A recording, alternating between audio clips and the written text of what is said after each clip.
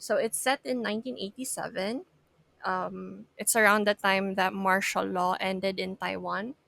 So the two main characters, Jahan and Birdie, nakakatawa kasi nakuha ko to sa Google.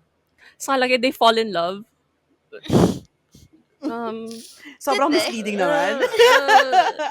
Diyan ako na-catch sa Netflix.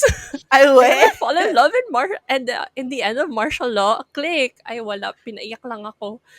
Anyways, sabi dito, they fall in love amid family pressures, homophobia, and social stigma. So, ayun. I should Mapanlin have, lang naman pala. yeah, I should have known when I saw martial law and then homophobia. That's what's wrong with me.